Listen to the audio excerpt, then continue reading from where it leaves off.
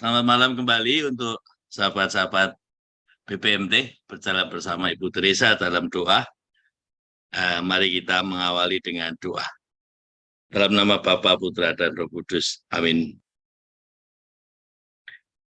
Allah yang Maha Pengasih, kami bersyukur atas anugerah kehidupan yang selalu kami syukuri dari hari ke hari. Dan juga kami bersyukur atas yang luar biasa adalah anugerah Engkau sendiri. Ya Yesus, Tuhan kami, penyelamat semua, yang sungguh memberikan kami selalu kepastian bahwa dengan mengikuti Engkau, kami semakin menemukan setiap hari adalah anugerah untuk memuji dan memuliakan Tuhan. Dan kami semakin menemukan Engkau adalah Allah yang sungguh membawa kami ke dalam kepenuhan diri kami. Kami semakin mengimani bahwa apa yang kami jalani ini adalah juga bagian dari karya keselamatan yang telah Engkau mulai. Setiap hari kami merenungkan Engkau, setiap hari kami menemukan diri kami yang kecil ini, yang penuh dengan kelemahan dan kekurangan ini, yang dengan segala pengalaman jatuh bangun dan dosa-dosa kami semakin menemukan bahwa semua itu juga dapat menjadi sarana bagi Engkau membawa kami kepada kepenuhan dan juga sesama kepada kepenuhan diri kami. Tentu rahmat yang terbesar pertama kami terima adalah kebebasan.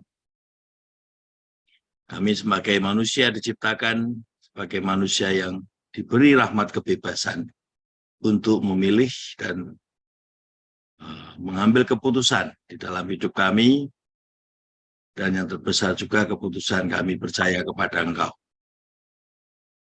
Kami bukanlah boneka Engkau. Kami bukanlah ciptaan yang ada dalam kontrol Engkau. Tetapi kami adalah ciptaan yang diberi kebebasan untuk hidup sebagaimana kami gambaran kasih-Mu. Hidup dengan keberadaan kami diciptakan karena limpahan kasih-Mu. Dan itulah yang kami temukan dalam perjalanan doa-doa hari ini, hari-hari ini. Dengan merenungkan hidup Engkau ya Tuhan, kami semakin menemukan bahwa kami semakin menemukan hidup kami bermakna tiada lain karena kami berakar dalam relasi dengan Engkau. Buatlah doa-doa kami selalu menjadi kesempatan mensyukuri itu. Mensyukuri bahwa langkah-langkah hidup kami semakin mengarah kepadamu adalah pilihan yang paling tepat dan membawa kami kepada titik di mana perjumpaan dengan Engkau itulah yang kami rindukan. Sebagaimana Ibu Teresa juga diberi rahmat untuk mengenal dan memahami dan menyelami kehausan Engkau akan cinta pada semua orang. Demikianlah kami juga semakin menemukan kehausan Yesus juga menjadi kehausan kami untuk berjumpa dengan banyak orang. Bahkan orang-orang yang tidak mudah kami pahami sekalipun, orang-orang yang juga membuat kami juga bingung dan gelisah.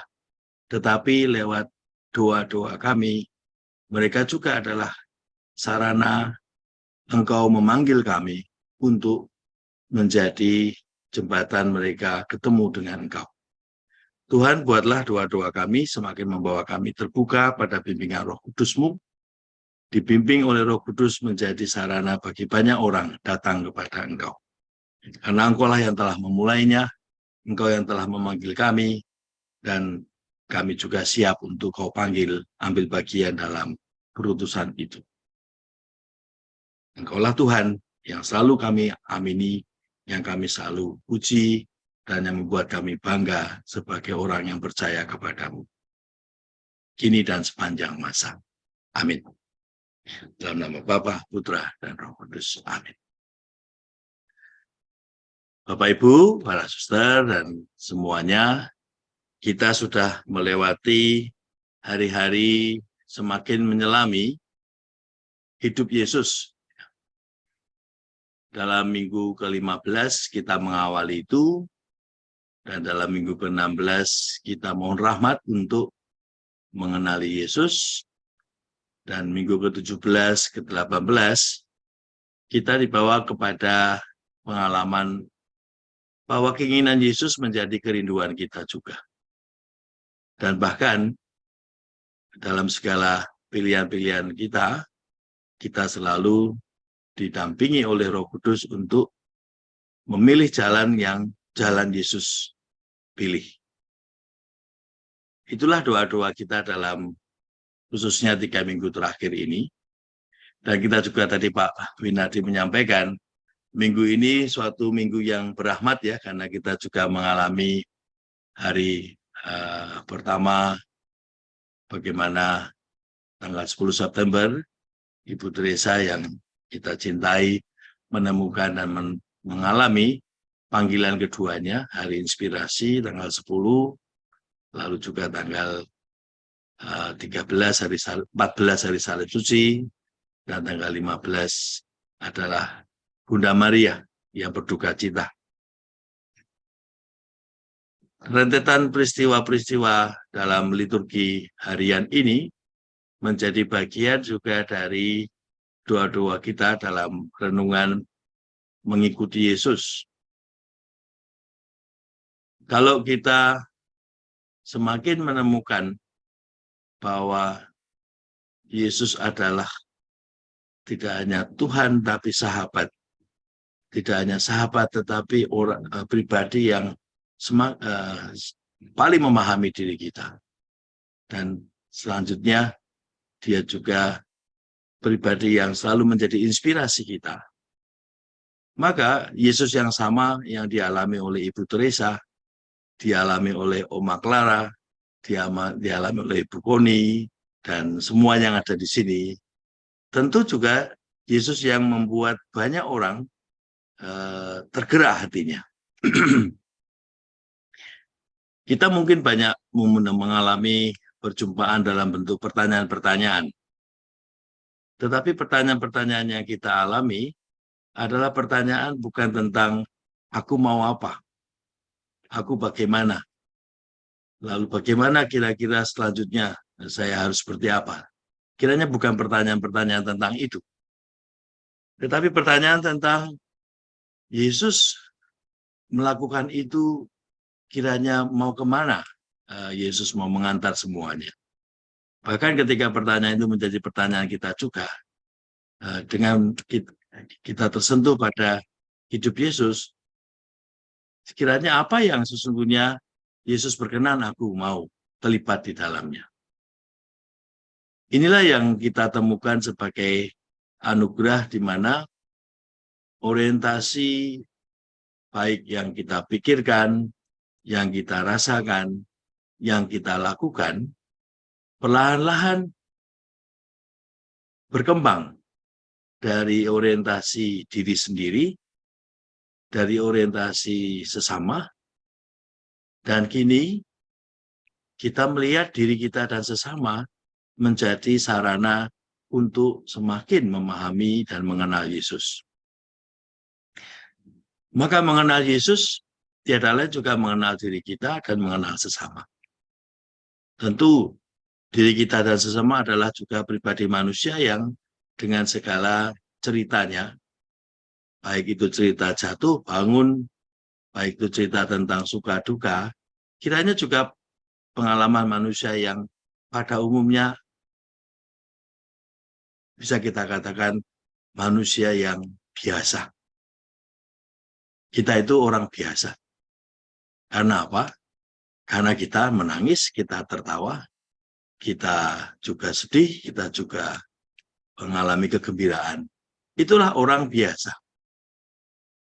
Orang biasa itu justru luar biasa.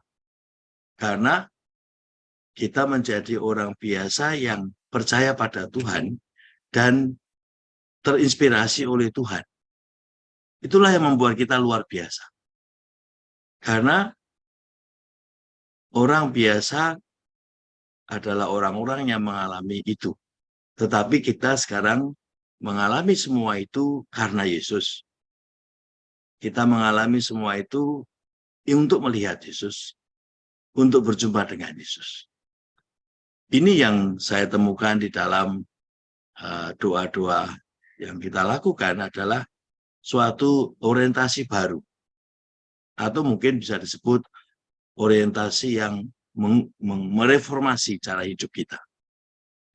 Berjumpa dengan Yesus membuat hidup kita berkembang, dan semakin melihat Yesus, semakin mengikuti Yesus, itulah yang membuat kita ingin lebih lagi mengikuti Yesus. Saya mau coba cerita sedikit tentang apa yang hari-hari ini saya jumpai di dalam perjumpaan dengan anak-anak mahasiswa yang saya dampingi. Menarik sekali yang saya alami, sekurang-kurangnya yang saya temukan di dalam kelas-kelas ya ketika saya mengajar. Ada banyak anak-anak yang berKTP Islam, berKTP Kristen, berKTP Buddha, tetapi mereka sudah dibaptis. Dan yang sungguh mengesan saya adalah apa? Ada yang berKTP non-Katolik tapi ingin belajar di mata pelajaran kuliah Katolik untuk mata kuliah dasar umum mereka. Dan kalau itu satu orang, dua orang, saya pikir masih spesial ya. Tetapi lebih dari 5 orang. Dan itu saya temukan di dalam kelas-kelas yang saya ajar, ada 6 kelas. Dan memang tidak mudah bagi mereka untuk mengungkapkan di awal. Tapi setelah 2 minggu, 3 minggu, pelan-pelan mereka datang kepada saya setelah kelas. Romo boleh gak minta waktunya sebentar untuk bercerita. You know. Ada yang mengatakan, Romo saya itu sudah dibaptis, tetapi karena keluarga masih tidak mudah menerima kalau saya menjadi KTP-nya bersama dengan yang saya anut, maka saya membiarkan karena saya ingin supaya keluarga juga tenang ya. Lalu ada juga yang mengatakan, saya dari kecil sudah di sekolah Katolik, Romo. Saya juga tidak pernah mempermasalahkan soal KTP, tapi karena Romo bertanya, maka mulai saya mengatakan itu. Ini karena ada kebijakan di Universitas UI untuk mempertegas soal siapa yang ikut dalam kelas. Maka lalu saya dapat inspirasi dari mereka. Ya sudah, kalau begitu silakan berikan kepada saya surat baptis kalian, atau bagi yang sedang katekumen atau yang memang ingin tetap belajar di sini supaya dapat nilai, tulislah buat surat pernyataan yang ditandatangani oleh orang tua. Ternyata mereka membuat itu semua. Dan yang mengesan buat saya adalah orang tua mereka tanda tangan. Padahal ini kan sebenarnya tidak perlu ya secara publik ya. Tapi saya ini melihat bahwa kesungguhan mereka mau belajar kelas agama Katolik. Buat saya suatu hal yang sangat mengesan dan menyentuh karena apa? Ketika saya ajak terus untuk bertanya tentang tujuan hidup, dan juga tentang bagaimana konteks hari-hari ini kan berita kita tentang Sambo ya. Saya mengajak mereka untuk merenungkan apakah mengikuti Kristus itu, apakah menjadi seorang Kristiani itu otomatis menjadi orang yang mengikuti Yesus. Dan itu saya angkat dalam pertanyaan di kelas ya. Lalu saya mengajak mereka juga untuk mencoba setiap minggu membuat refleksi. Maka saya beri Mazmur atau bacaan, lalu mereka refleksi. Ternyata dalam 3 kali kelas ini, refleksinya itu dalam-dalam. Dan yang saya melihat itu adalah kemampuan mereka untuk, kan saya ajari tentang bagaimana memberi suatu refleksi berdasarkan pengalaman konkret, pengalaman bermakna, fundamental, dan pengalaman transenden, yaitu pengalaman mengalami kehadiran Tuhan. Mereka mampu menulis dengan mencoba mengangkat ya tentang cerita mereka. Misalkan ada yang tadi sejak kecil mereka sudah belajar di sekolah Katolik, lalu kemudian mereka melihat maknanya dan mengalami Yesus ya dalam konteks mereka. Dari situ saya menemukan bahwa mengapa orang ingin belajar tentang Yesus, karena Yesus pertama-tama sudah menginspirasikan, mewahyukan dirinya dalam hidup mereka. Seperti halnya kita sendiri. Di sini kita menemukan bahwa iman adalah anugerah, bukan hasil upaya usaha manusia.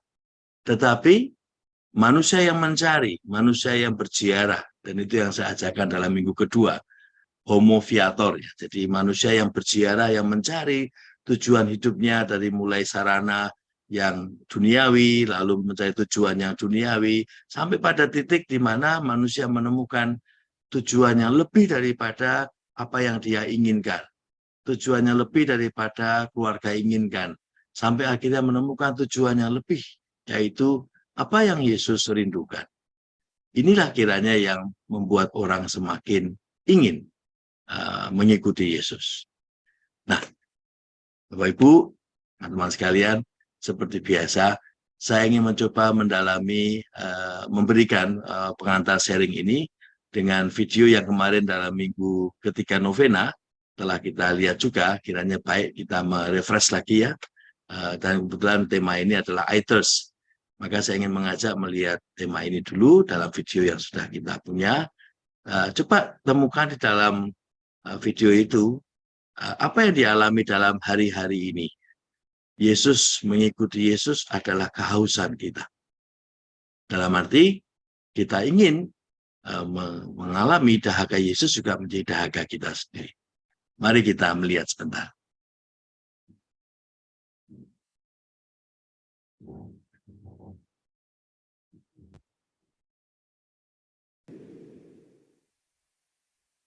The aim of our congregation, the aim of our existence is not just to do that work.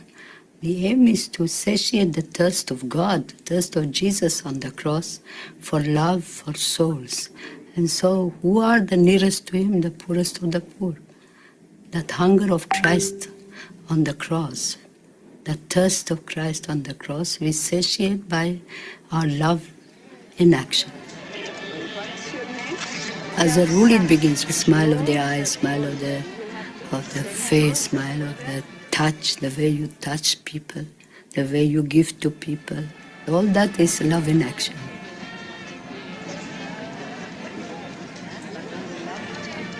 And that's why people who come in contact with the sisters feel that presence, feel that touch, feel that contact with Christ in the sisters, and the sisters feel the contact with Christ in the distress in disguise of the poor. It's not always easy, but it's a beautiful and a very wonderful way, and it brings really that presence of God through our actions to the people.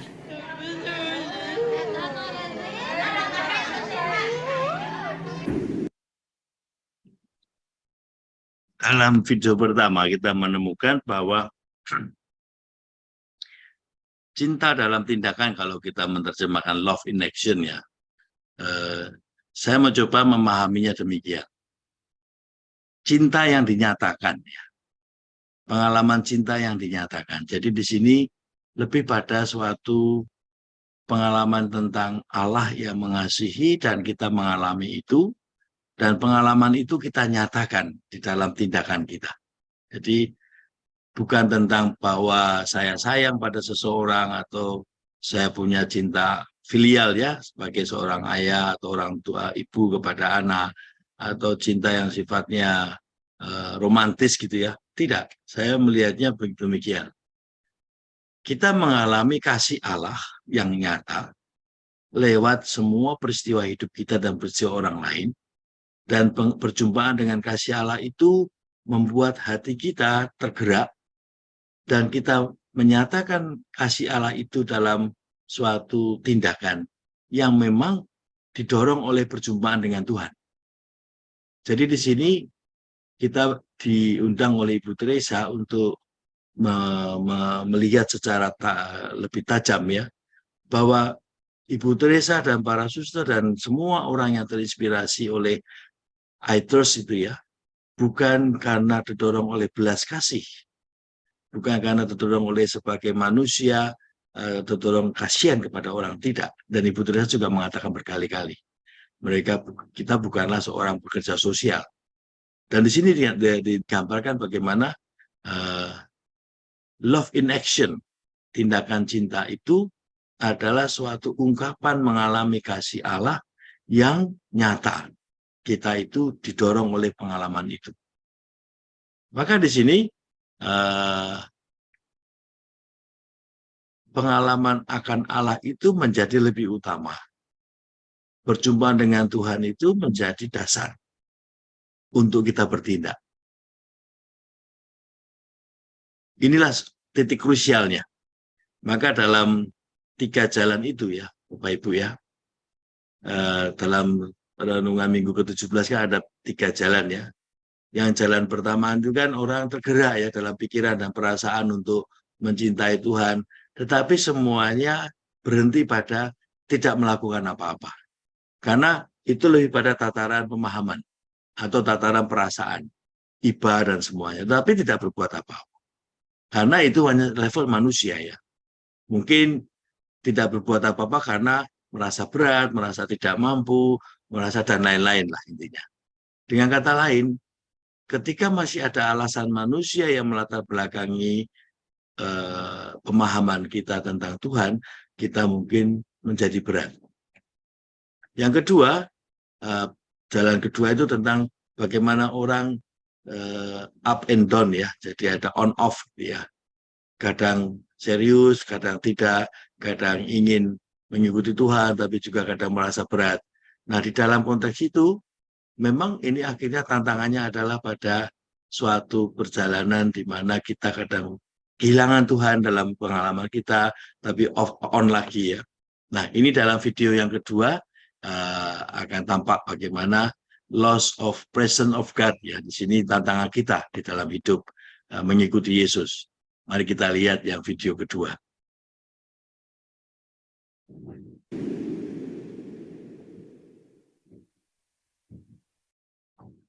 Forgiveness is the greatest presence of peace. Only when we don't forgive each other, then we live in disturbance, we live in jealousy, in unhappiness, and so on.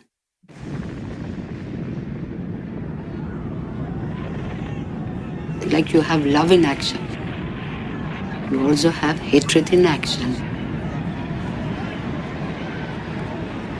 And no one hates God more than the devil.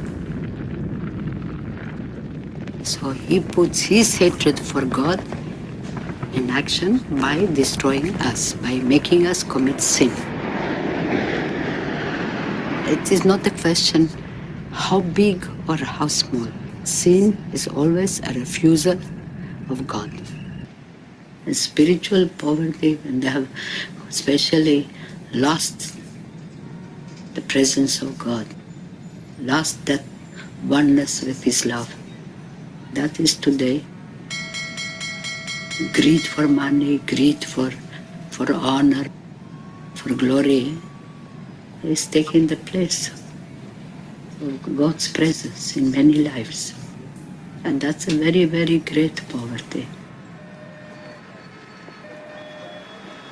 Oke. Baik, jadi kalau kita lihat video yang kedua, Bapak Ibu ya, ini mengenai bagaimana orang kehilangan kehadiran Tuhan. Kita semua ingin mengikuti Yesus. Tetapi ketika kita mempunyai alasan untuk mengikuti Yesus, maka ketika alasan itu ter-challenge oleh segala hal yang kita alami tidak sama dengan apa yang kita harapkan, maka memang kita menjadi on off ya. Itu tantangan kita. Setiap orang, siapapun, selama masih kita itu dengan segala macam alasan, tentu akan seperti itu. Salah satu alasan yang paling muncul dalam kata-kata Ibu Teresa tadi adalah ketika manusia masih punya kebencian, manusia masih mencari sesuatu, manusia masih melihat ada banyak hal yang belum dia merasakan puas ya. Dan itu semua yang membuat kehadiran Allah tergantikan. Karena alasan-alasan itulah yang membuat kehadiran Allah tidak teralami ya. Nah, Ibu Teresa dalam renungan I Trust ya, nanti dalam bahan ke-19 akan menawarkan kepada kita bagaimana pengalaman akan Allah itulah yang selalu dia mohonkan. Karena itulah yang memurnikan hatinya. Itulah yang menjernihkan jiwanya. Seperti yang kita akan lihat dalam video ketiga ini.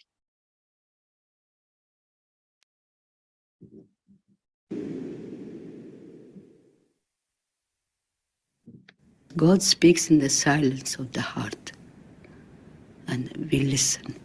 And then we speak to God from the fullness of our heart. First we listen, God speaks, and then we speak and God listens. And that connection is prayer, is oneness with God. A soul of prayer, fruit of prayer, is deepening of faith. And the fruit of faith is love. And the fruit of love is service. And the fruit of service is peace. That's why we need to pray to have a clean heart. And if we have a clean heart, we can see God. And if we see God, naturally we begin to love one another. That means we see and we look, and then we give our hands to serve and our hearts to love. And that's the beginning of holiness. Inilah poin terakhir yang ingin saya sampaikan, Bapak Ibu. Ketika kita membangun relasi dengan Tuhan dalam keheningan doa-doa kita, ketika kita semakin mendalami relasi dengan Tuhan di dalam perjumpaan kita, dalam komunikasi kita dengan Tuhan, kita semakin menemukan ada begitu banyak alasan manusiawi yang pelan-pelan hilang dengan sendirinya. Dan kejernihan hati itulah yang kita terima sebagai anugerah yang mendorong kita untuk mencintai, yang mendorong kita untuk melayani, yang mendorong kita untuk berjumpa dengan banyak orang, yang membuat kita semakin terbuka untuk menerima manusia di dalam segala konteksnya dan tanpa kita ragu-ragu lagi untuk melihat bahwa disitulah Yesus memanggil kita untuk mengikuti Dia. Maka Bapak Ibu, saya ingin mengakhiri pengantar sharing ini. Mari kita selalu kembali di dalam keheningan hati kita, membiarkan seluruh hidup kita adalah suatu peziarah mengalami Allah yang menuntun kita. Apa yang membuat orang semakin mengikuti Tuhan? Karena kita mendapat anugerah dari hati yang mengarah kepada Tuhan. Dan itu adalah dalam keheningan doa yang seperti kita lakukan dalam perjalanan doa-doa harian kita. Semakin kita masuk dalam keheningan itu, damai membuat kita mengalami, kita alami di dalam hari-hari itu. Selamat sharing, mari kita lanjutkan dengan persiapan sharing lewat doa-doa.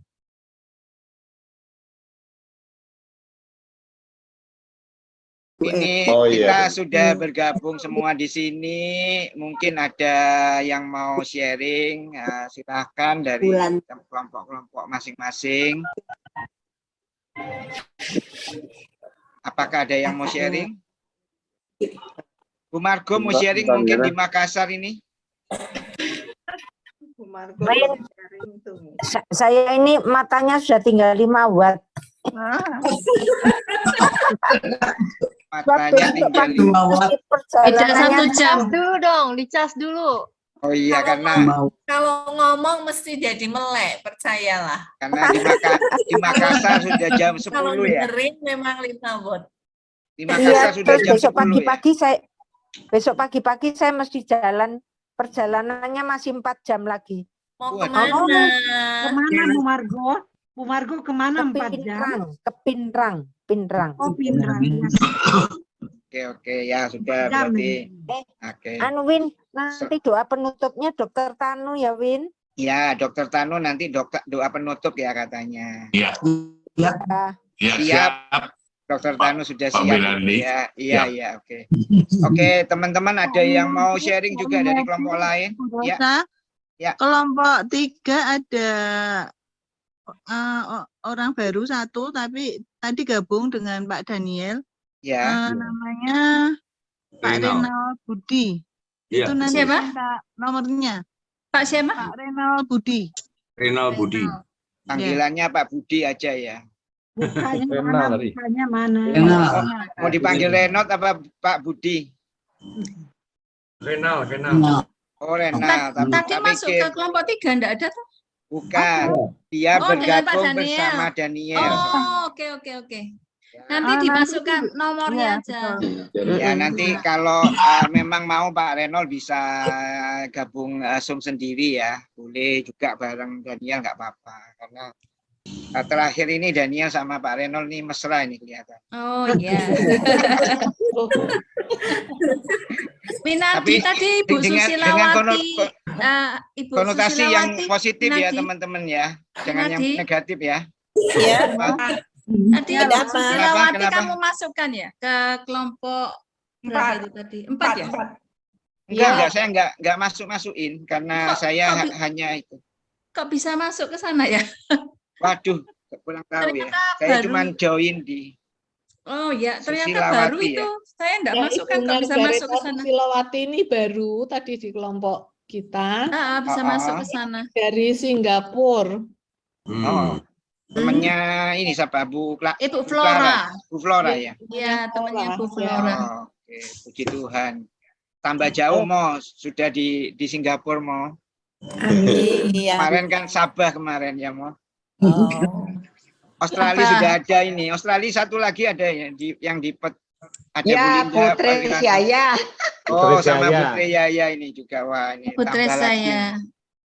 Itu teman saya waktu 30 tahun yang lalu pelayanan, Win, kira-kira 25 Oke. tahun, Romo. Ya, oke. Ya. Dikirim Ibu Tuhan, Susilawati dikumpulkan lagi. nanti masukkan nomor aja, jadinya bisa di Maksudnya masuk ke nomor apa ya? nomor handphonenya Nomor handphone belum ada ya? belum ada ya. Oh, boleh. Ya. Boleh. Bisa dicat atau disampaikan boleh atau Saya di chat aja atau mau disampaikan kalau mau Di disampaikan. Di chat ke Bu Rosa aja. Ini Di chat yang ke Bu Udah Rosa. di chatting aja ya. Ya, di dicat chat bisa aja. bisa Bu, dicat aja. Oke. Oke, ada yang mau sharing nggak ini? Kalau nggak ada sharing nih, saya persilahkan Romo nih Bu lanjutkan. Emil, ya. coba saya mau dengar Bu Emiliana. Ini teman KKIT saya 30 tahun yang lalu. Ini minggu ini dikirim banyak teman lama, Romo. Ayo, Bagaimana? Yang membawa Yani. Membawa kembali ke KKIT. Terima kasih, Yan. Yan, nanti Silakan, upahmu besar Emil. di surga, Yan. Yang membawa jiwa. saya kok teman WAG saya di BLPI soalnya di Oh, Sekina. ya. Makanya kan membawa jiwa-jiwa. Yani Oke, udah good. kesetrum. Ya. Silakan Emil. Emil, silakan.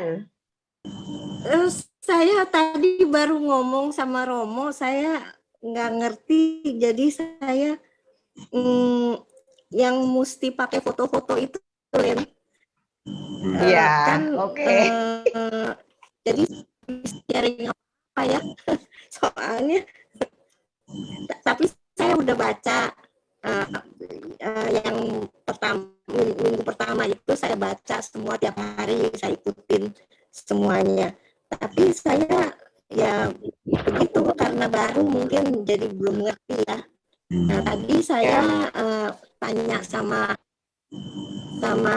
Romo, udah tanya.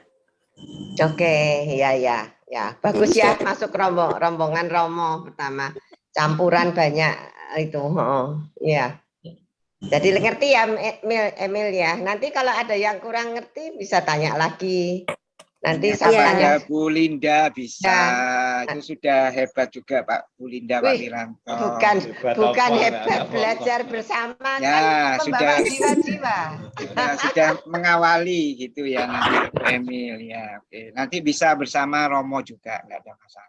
Telepon aku aja nanti. Ya, thank you. Oke, terima kasih Bu Emil sama Linda. Ya, telepon saya aja. Oke, terima kasih. Sekarang ada lagi yang lain, kalau nggak ada Romo aja sudah waktunya karena juga sudah. Ya. Silakan Romo Rudi, silakan untuk pengantar minggu ke-19 ya Romo. Baik. Ibu Emil, terima kasih untuk sharingnya tadi. Saya di kelompoknya bersama Bu Emiliana. Dan saya tersentuh dengan apa yang Ibu Emiliana sampaikan tadi ya. Romo, saya tuh bingung mau menggabungkan antara foto dan bahan-bahan doa.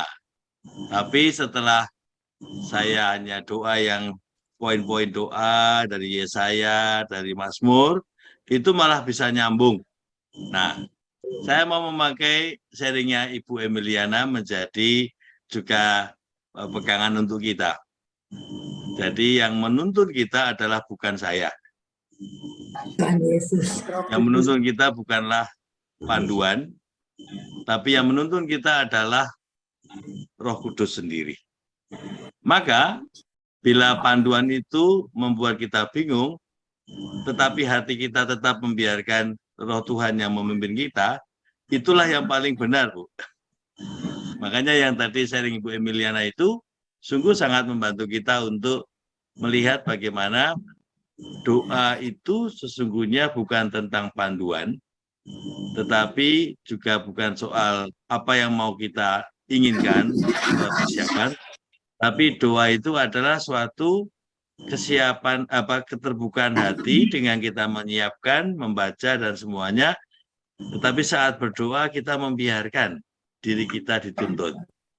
Nah, ini kiranya menjadi dinamika doa-doa kita. Maka janganlah saya menjadi penghalang Bapak Ibu untuk berjumpa dengan Tuhan. Itu yang paling penting. Nah, dalam setiap doa-doa itu ada yang namanya pengulangan. Biasanya hari ke-7 ya Bapak Ibu ya. Nah, hari ke-7 itu berarti kan itu hari di saat kita mau sharing. Jadi kalau kita lihat hari pertama, kedua ada bahannya, lalu pada hari ke-7 kan berarti pasti jatuhnya pada hari Jumat. Nah, sesungguhnya kita ingin apa yang kita alami yang nanti akan dibagikan dalam sharing dalam kelompok itu adalah juga suatu kemurahan hati kita untuk berbagi dengan teman-teman di dalam kelompok apa yang kita alami. Maka selalu saya menganjurkan dan mengingatkan untuk tetap punya catatan rohani, catatan perjalanan doa-doa. Baiknya tidak kertas lepas, tetapi suatu buku yang berisi entah itu kutipan-kutipan kitab suci yang mengesan, atau setiap habis doa kita merefleksikan dan ada sesuatu yang membuat kita tersentuh lagi ya. Nah, Roh Kudus itu menyentuh kita saatnya itu selalu unik. Mungkin dalam doa kita tidak merasakan, kita merasa kering gitu ya. Tapi ketika kita duduk tenang merenungkan, kenapa ya tadi saya kering, dan lalu ketika tiba-tiba kita tersentuh, oh mungkin saya kering karena saya mengarahkan doa mungkin ya. Tapi kemudian ketika dalam refleksi, oh karena saya doa itu seolah-olah saya harus melakukan itu. Ternyata doa itu yang membiarkan diri dibimbing oleh Tuhan. Nah, pencerahan-pencerahan yang terjadi itu tidak selalu dalam doa, tapi juga dalam refleksi. Hal lain juga adalah kita mendapat peneguhan dari sharing teman-teman. Contohnya, dalam doa selama seminggu karena entah sibuk atau ada banyak hal ya, agak tidak mudah bisa fokus misalkan ya. Tapi dalam sharing teman-teman, oh ternyata sharingnya teman ini, teman itu memperkaya hari-hari saya. Lalu justru malah membuat saya ingin masuk lagi dalam doa. Nah, ini yang saya selalu sebut sebagai dinamika hidup kita yang selalu dibimbing oleh Roh Kudus untuk kita selalu siap digerakkan. Nah, kita masuk dalam pengantar doa ya Bapak Ibu ya. Jadi saya ingin mengingatkan kembali atau memberi reminder, semua panduan itu baik, semua persiapan itu baik, tapi yang lebih baik adalah di dalam doa kita membiarkan diri tidak memakai panduan sebagai poin-poin yang harus saya doakan, tetapi membiarkan panduan-panduan atau yang sudah kita siapkan itu dipilih oleh Tuhan, dituntun oleh Roh Kudus untuk kita menyentuhnya. Ada suatu saat ketika panduan berbicara. Ada suatu saat ketika persiapan kita berbicara. Tetapi juga saat yang paling indah adalah ketika kita selalu siap untuk disentuh lewat bimbingan Tuhan dalam Roh Kudus ya. Nah, untuk itu dalam pengantar doa ke minggu ke-19, kiranya sudah dibagikan semuanya. Dalam pengantar ke-19 ini, temanya adalah tentang bagaimana kita semakin setelah mempunyai kerinduan yang sama dengan Yesus, lalu memilih jalan Yesus dengan tetap mengikuti Dia dalam keterbatasan. Nah, sekarang kita mau masuk di dalam cerita Yesus yang memang menentukan seluruh istilahnya kepenuhan dari Yesus menjadi manusia untuk semua ya. Nah, di sini saya mengajak Bapak Ibu untuk merenungkan hidup Yesus yang aktif ya. Pendek hanya 3 tahun ya, kalau menurut kitab suci. Tapi coba Ibu Bapak menyentuhnya dalam cara seperti sama dengan cara yang sama seperti Ibu ketika menyentuh foto-foto tadi. Nah, mungkin ini akan sedikit untuk tadi ya Bu Meliana ya. Di mana sih peranan foto itu penting gitu ya. Nah, sekalipun itu saat ini tidak dapat digunakan, tapi bila suatu saat Ibu tertarik untuk menggunakan foto itu, gunakanlah. Nah, mengapa foto itu penting yang dimasukkan dalam panduan ini? Karena kita akan melihat fotonya Yesus. Saya share ya sebentar ya teks ini. Di dalam panduan, saya menyampaikan tentang ini. Kita melihat bagaimana menanggapi panggilan Yesus. Yang paling kita inginkan adalah hanya untuk secara aktif mengikuti cara hidup Yesus dari lubuk hati kita. Untuk memiliki hubungan yang dekat dengan Yesus, dan akhirnya untuk menerima misi Yesus. Nah, di sini sebenarnya digarisbawahi tentang ya Yesus menjadi pilihan kita dalam banyak hal.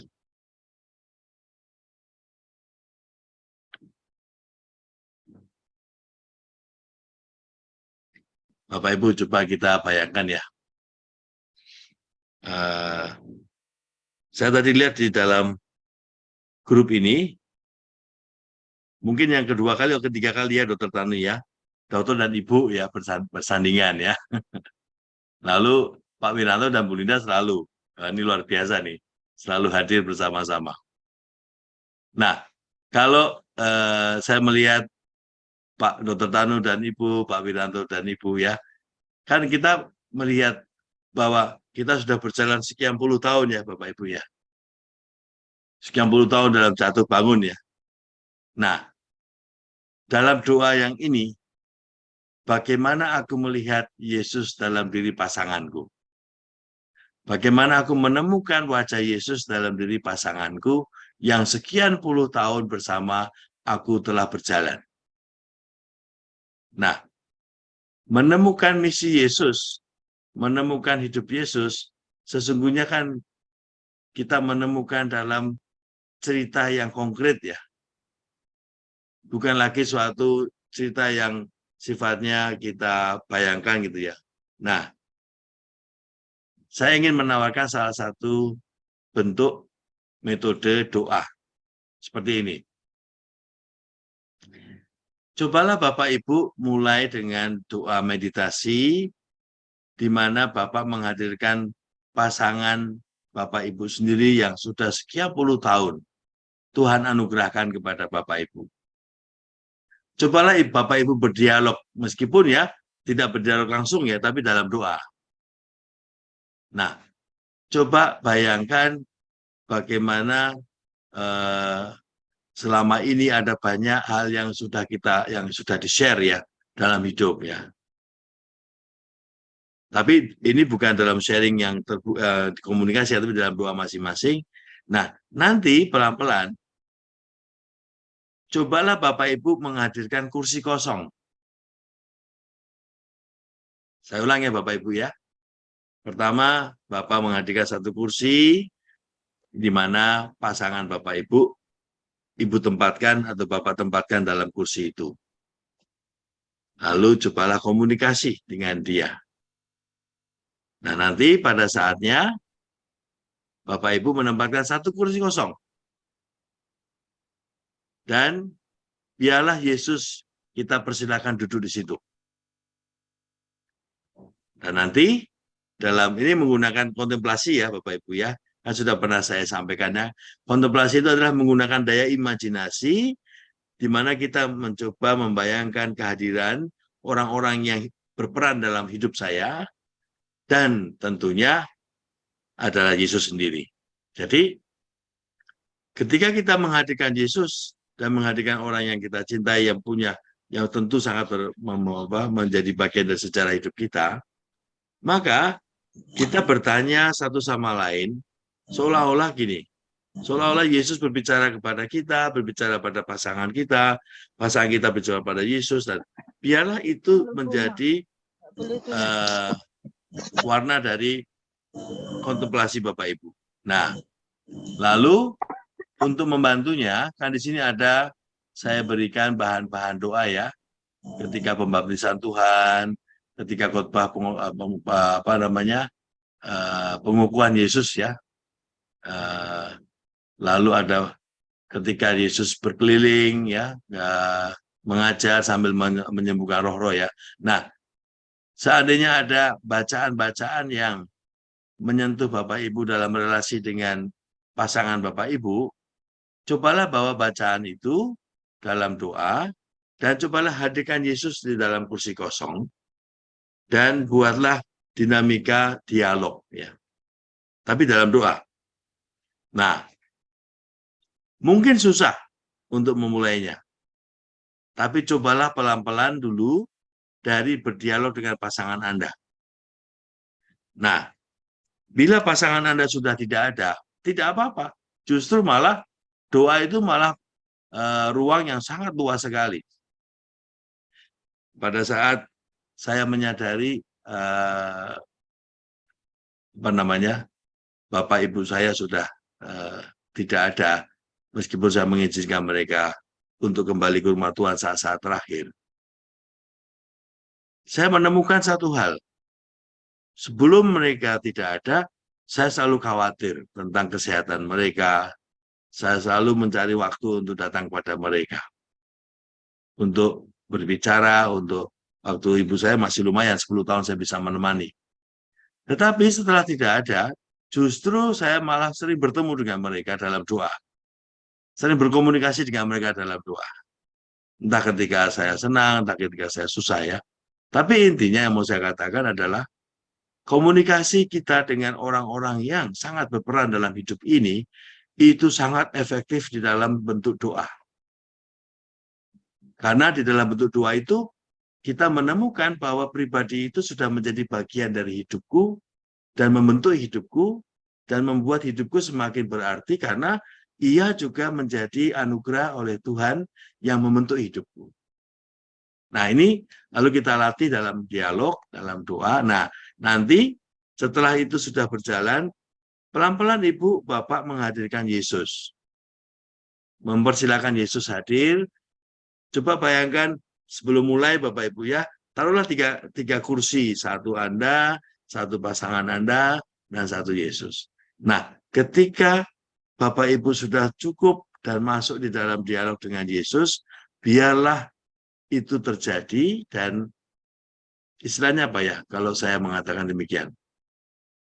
Kerap kalau kita itu sedang dalam suatu yang masuk ya, kita sudah nggak berpikir lagi tentang apa yang mau dikatakan, kita sudah tidak berpikir lagi tentang apa yang sudah terjadi, kita hanya mengalir begitu saja. Nah, pelan-pelan kalau sudah mengalir, biarlah Yesus menyampaikan sesuatu kepada kita.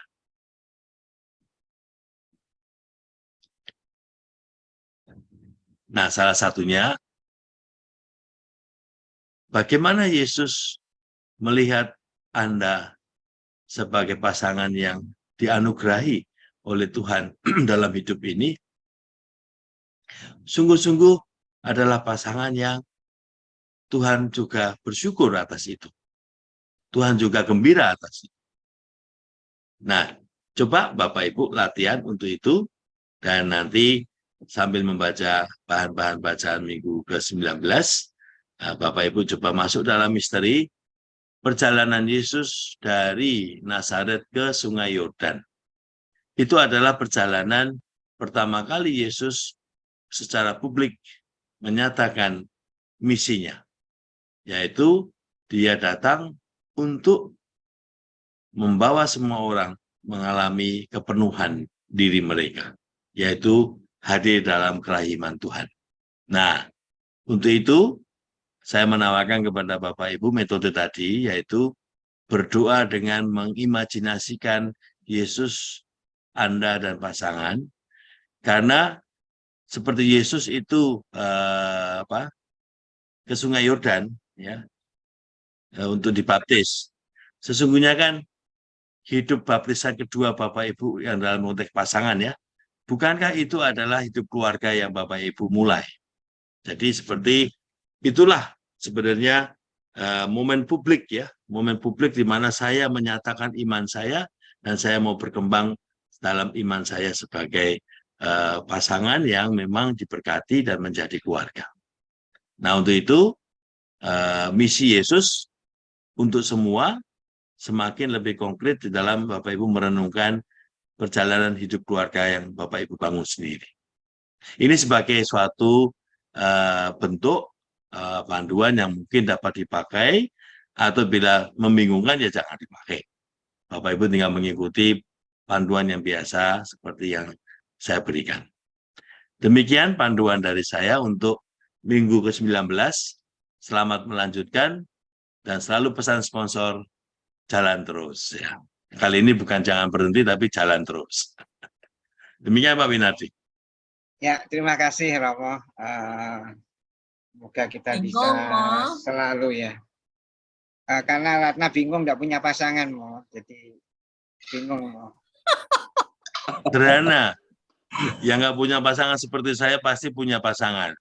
Enggak, tadi kok membayangkan Yesus duduk di depan kita, terus ngomong-ngomong apa? Cerita saja seperti kita bercerita dengan orang yang punya memberi makna pada hidup kita. Kan biasanya juga ngomong berdua toh dalam doa. Ya biasanya ya ngomong ya berdoa tuh ya berdoa aja, ya maksudnya Yesusnya ngomong apa enggak, kita ngomong aja kayak gitu. Ngomong bersatu ya Rat ya. Ngomong awake dhewe. Jangan gua ajak ngomong masalah gigi ya. Gini Bu Ratna. Ngomong gini aja gitu ya, terserah Tobin Pak ngomong apa. Gini Bu, saya usul begini. Latihan coba untuk melihat foto Yesus ya. Lalu coba Ibu hadirkan dia di dalam kursi kosong. Lalu cobalah buat dialog. Nah, ini latihan untuk bagaimana pengalaman personal kita dengan Yesus itu menjadi pengalaman yang sungguh nyata gitu. Meskipun kita tidak pernah ketemu fisik ya. Tapi kan sebenarnya lewat fisik orang-orang yang kita cintai. Makanya pengantar tadi ya, pengantar orang tua, pengantar pasangan, pengantar siapapun ya yang punya arti dalam hidup kita, itu bisa yang kita bisa hadirkan di awal. Karena itu kan sebenarnya mereka lah yang sebenarnya menjadi sarana yang membawa kita ketemu Tuhan, mengalami kehadiran Tuhan. Nah, kalau mereka Nanti menjadi kok sarana Romo kehadiran bisa Tuhan, omong-omong dengan Ibu Romo, Bapak Ibu Romo gimana caranya? nah karena mereka bapak ibu saya. Maksudnya apa, percakapannya apa gitu, mau contohnya? Selamat pagi gitu. Gini, Itu arah apa? Dua contohnya arah. gini ya. Contohnya kalau kita lihat foto ya, kan di depan saya ada foto bapak ibu saya ya. Saya lihat mereka foto beliau, mereka saya ingat dengan mereka, ketawanya dia, gitu. Contohnya gini, saya lalu kalau lihat foto ibu saya itu selalu ingat waktu kalau saya di Mangga Besar, saya setelah misa, lalu pokoknya saya harus mengunjungi ibu gitu ya, meskipun hanya setengah jam atau kan dari Mangga Besar ke Kelapa Gading ya. Lalu ketika saya datang dia senang sekali lihat wajahnya tersenyum ya. Setelah itu ya udah kamu pulang dah, kan udah capek toh. Jadi dia itu telepon saya kapan kesini, tapi kalau sudah sampai lihat dia dan senang sudah cukup, lalu ya udah saya pulang. Nah, pengalaman itu selalu berulang-ulang toh. Lalu ada kegembiraan di sana. Kegembiraan bagaimana? Ya kegembiraan dia yang menerima saya dan saya melihat dia, dan itu yang menjadi semacam kenangan ya. Nah, itu kalau dihadirkan lalu menjadi komunikasi baru. Meskipun sudah tidak ada, tetapi menjadi komunikasi baru. Nah, mungkin begitu Bu Ratna, mungkin nggak tahu bagaimana menjelaskan. Mau nanya. Nanya. Dia Bu Elin. Itu kan ya kita berarti kan kita ngobrol dengan almarhum atau almarhumah orang tua kita ya Romo ya. Apa gak medeni ya Romo ya? Kan sudah dibilang diganti jadi Yesus. Maksudnya itu Yesus. Nah, ini sama Bu Sela itu, sama Pak Roni gimana Bu Sela coba. Maksudnya medeni itu gini loh Romo. Cerita banyak. Enggak, maksudnya itu enggak, maksudnya kalau kenangan itu pasti akan tercipta ya. Maksudnya kalau kita lagi itu enggak usah. Saya barusan kan ke Malang, ke Nyekar, ke mami papi saya. Pasti saat itu, saat kita doa pasti mengenang apanya gitu ya Romo ya. Iya, jadi gini. Tapi kalau terus-terus gitu kan apa nggak bahaya Romo ya? Itu kayak bahaya dengan roh takut. Katanya bukan horor. Enggak, bukan kalau orang tua kita kan ya enggak horor ya Romo ya. Tapi kan ya apa gitu loh Romo perlunya gitu loh Romo. Apa enggak tambah nanti Romo bilang membahayakan pikiran dan jiwa kita. Itu Yesus. Gini, sebentar supaya enggak membingungkan. Jadi gini. Ini kan sebenarnya kita itu semua sarana ya. Baik yang masih hidup maupun yang sudah tidak ada. Jadi gini, kalau kita itu mengalami orang-orang yang berperan dalam hidup kita, baik waktu hidup maupun mereka sudah ada, kan sama sebenarnya. Mereka telah menjadi sarana yang Tuhan berikan kepada kita untuk kita dibentuk oleh Tuhan lewat mereka, lewat hidup mereka. Itu poin satu ya. Nah, karena kita dan mereka juga sarana satu sama lain untuk berjumpa dengan Tuhan, maka langkah berikutnya adalah mari kita berdialog dengan Tuhan sendiri. Nah, kalau Kristus hadir saya temukan dalam diri ayah, dalam diri ibu ketika hidup, maka sebenarnya kenangan itu pun juga selalu hidup ketika mereka sudah tidak ada. Nah, untuk itu semua foto dan semua itu sebenarnya mengingatkan kita ya bahwa mereka itu sungguh hidup gitu loh. Nah, justru dengan dalam saya pernah tanya sama satu Romo. Saya tanya, Pastor, kenapa saya suami saya kan udah 15 tahun, kok masih mimpi gitu. Terus dia bilang, kamu pasti sering ngomong-ngomong di foto gitu. Jangan suka ngomong di fotonya, nanti suka mimpi. Jadi sekarang saya udah nggak mau ngomong, karena nanti mimpi gitu loh. Tapi kan sekarang pastor bilang bahwa, Romo bilang bahwa nanti ini Yesus yang kita taruh di kursi kosong itu kan. Bukan orang-orang yang dulu kita, kesayangan kita. Sekarang itu umpamakan itu Yesus. Kita berdiskusi. Mungkin ini agak nambah sedikit ya, enggak apa-apa ya Pak Win ya, sebentar ya. Ini karena ini pertanyaan Bu Eli menarik ini. Supaya enggak. Jadi gini, tadi kebetulan saya berbicara dengan salah satu orang yang memang banyak mendoakan jiwa-jiwa ya. Nah, saya selalu mengatakan pada dia juga, saya mengatakan pada dia, saya kalau Ekaristi itu selalu mendoakan jiwa-jiwa. Baik yang saya kenal, maupun yang tidak saya kenal. Baik yang saya diminta untuk mendoakan sebagai intensi, maupun juga yang saya tidak diminta, saya mendoakan semua ya. Nah, bagaimanapun Bapak Ibu ya, doa kita itu sangat dibutuhkan oleh jiwa-jiwa. Nah, tentu bagi mereka yang sudah kembali ke rumah Tuhan ya, itu menjadi pendoa bagi kita. Nah, tadi teman saya mengatakan begini, ini menarik. Romo, saya itu juga sama mendoakan. Nah, bahkan orang-orang yang saya doakan itu juga akhirnya mendoakan saya juga, Romo, setelah mereka kembali ke rumah Tuhan. Nah, apa yang mau saya sampaikan di sini begini. Komunikasi dengan mereka yang sudah tidak ada itu sebenarnya adalah komunikasi dengan Tuhan juga. Karena mereka sudah ada di dalam kerahiman Tuhan, dan mereka menjadi pendoa bagi kita. Nah, sama halnya Ibu Teresa. Ibu Teresa dari Calcutta kita devosi melalui Ibu Teresa, lalu pernah Bunda Maria juga. Artinya apa? Kematian itu hanya satu titik bagian dari kehidupan. Jadi di sini kan yang paling utama adalah Yesus mengalahkan maut ya. Maka tidak ada lagi yang dapat membuat kita dikuasai maut. Bahkan kematian sekalipun.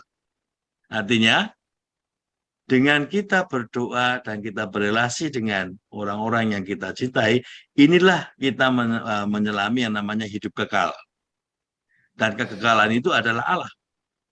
Nah, dengan melihat bantuan mereka kita berdoa, kita berjumpa dengan Tuhan. Nah, inilah yang saya maksud dengan kursi kosong. Kursi kosong ini hanya cara kita semakin dalam kita berkomunikasi dengan Yesus lewat orang-orang yang telah Yesus juga bawa kepada kita untuk berjumpa dengan Dia ketika mereka hidup atau ketika masih hidup maupun sudah tidak ada ya. Nah, dengan cara itu kita semakin menemukan bahwa Allah itu hadir di dalam seluruh kenangan-kenangan kita. Nah, inilah yang saya sebut kontemplasi Allah lewat sejarah orang-orang yang telah membentuk hidup kita, yang dipakai oleh Tuhan untuk membentuk hidup kita. Semoga membantu dan semoga tidak membingungkan. Romo, boleh saya sharing, mungkin bisa membantu teman-teman 1 menit saja mengenai kursi kosong. Oh, belum tidur, Bu? Saya enggak bisa tidur karena dengerin menarik. Gini Romo. Ini 25 buat. Ya, gini Romo, waktu itu saya punya teman kur, itu dia seorang Katolik, suaminya orang Muslim. Terus dia ini punya ayah mertua stroke di Semarang. Dia tinggal di Jakarta. Terus suatu hari ayahnya mertua yang stroke itu minta diajari ini berdoa secara Katolik. Dia kan nggak bisa nengok sering karena dia di Jakarta. Diajari korongka. Terus sama si korongka, doa korongka, kerahiman ilahi itu. Lah, terus si bapak yang Muslim ini kan stroke, nggak bisa turun dari tempat tidur. Dikasih kursi kosong di sebelahnya. Jadi seperti dia diajari menghadap Tuhan. Kursi kosong itu ada yang menduduki, gambarnya seperti ini Pak. Tuhan akan duduk di sini setiap jam 3. Itu bapak mertuanya itu percaya Pak anu Romo. Kemudian 6 bulan kemudian mertuanya itu meninggal, tapi posisinya persis dia berdoa seperti orang posisinya berdoa dengan ditunggui orang. Lah, ini anaknya berkeyakinan bahwa Yesus selalu hadir dalam kursi yang kosong itu, duduk di kursi itu. Dan itu diimani. Dan itu cerita itu saya percaya, Rom. Dan saya gandengkan dengan ini tadi, Romo bilang kursi kosong. Gambarannya seperti itu. Bagaimana, Romo? Benar, jadi gini. Yang namanya imajinasi masuk ya, itu tidak dapat dipikirkan. Tidak dapat didiskusikan. Kenapa? Itu pengalaman personal ya. Maka ini metode, tetapi metode ini bukan metode yang sifatnya dibuat, tetapi ini sudah digunakan oleh Anthony de Mello dan semua retretan. Dan ternyata metode ini sangat membantu. Bahkan tadi Ibu Margo bercerita, ada orang yang terbantu lintas agama. Jadi sebenarnya kursi kosong itu adalah ruang yang kita menempatkan siapa saja, bahkan sampai pada kehadiran Allah sendiri. Nah, kalau kita dapat merasakan kehadiran orang yang kita cintai, pelan-pelan kita membawanya kepada kehadiran Tuhan. Membiarkan Tuhan hadir di situ dan kita berdialog. Maka, satu lagi Bapak Ibu, cobalah dan berhentilah bertanya, tapi cobalah. Karena kalau tidak pernah mengalami. Demikian pesan saya. Ya, terima kasih Romo, terima kasih semuanya ya yang bertanya, yang mengarahnya takut-takut tadi. Oke, saya kira nanti kita praktekkan aja ya seperti yang Romo tadi suggest ya kepada kita coba aja. Yang nggak punya pasangan bisa orang tua, yang punya pasangan bisa dengan pasangan, gitu ya. Oke, mungkin kita akan mulai ya dengan doa penutup dan nanti kita bentar sedikit boleh ya untuk PR kan soalnya ini. PR maksudnya? PR doa. Oh, Romo okay, kalau ada tadi kan Romo ya menyebutkan orang-orang tercinta ya Romo ya. Ya. Kalau misalkan ada loh Romo yang orang tua itu yang enggak tercinta, maksudnya mencekno gitu, gimana? Tuhan tetap hadir nggak? Sama. Jadi gini, ketika masih ada luka ya, atau tidak ada luka, bahkan pengalaman-pengalaman berahmat itu kan ketika kita menyentuh. Selama kita tidak menyentuh, berarti rahmatnya masih tersembunyi. Nah, justru itulah kursi kosong gunanya.